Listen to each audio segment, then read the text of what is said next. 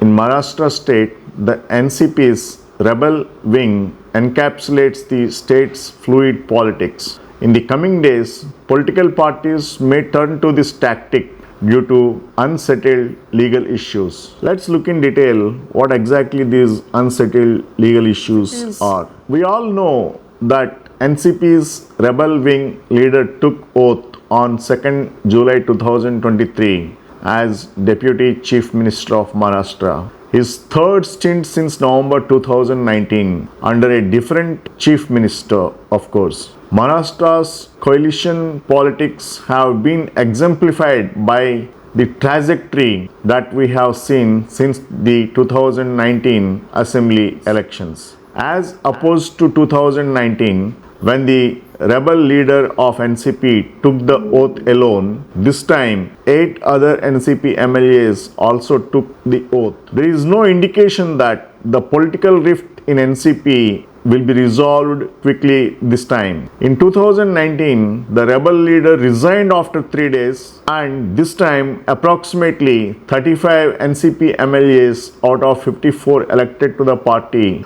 are believed to have switched the sides. Now, there are two sources of political instability in Maharashtra. The first is the legal challenge to the Shiv Sena MLAs who revolted in 2022. Last month, the Supreme Court outlined important principles that assembly speakers must follow when a legislature party splits. Political parties were granted primacy over the legislative wings by the Supreme Court. Consequently, the party's constitution and the president's writ have priority over legislature's decisions, even if they represent a majority. There has yet to be a decision on the fate of the rebel Shiv Sena MLAs by the Assembly Speaker. Due to this, not only it is uncertain what lies ahead for them, but even the current NCB rebellion might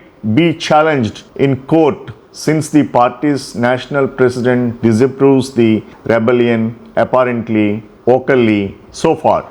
However, the original NCP has not lodged any complaint yet despite such vocal disapproval. There are more than just legal complications that contribute to Maharashtra's instability. Managing expectations of an ideologically fluid coalition will be a challenge for the current coalition government, and it will be challenging to accommodate multiple interests. It shouldn't be overlooked that civic elections are long overdue because of the changing contours of governments over the last 1 year.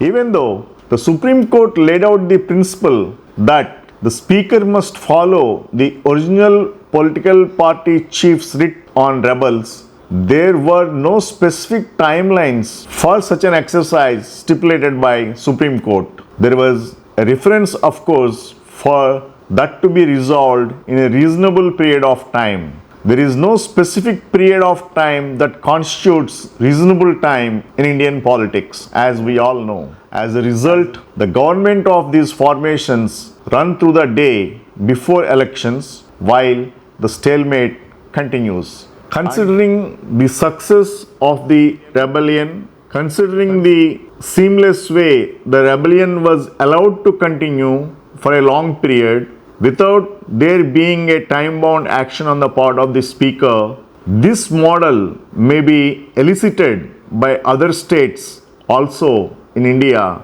wherever the governments are on an edge because of lack of numbers. Hope the information is useful. Thank you very much.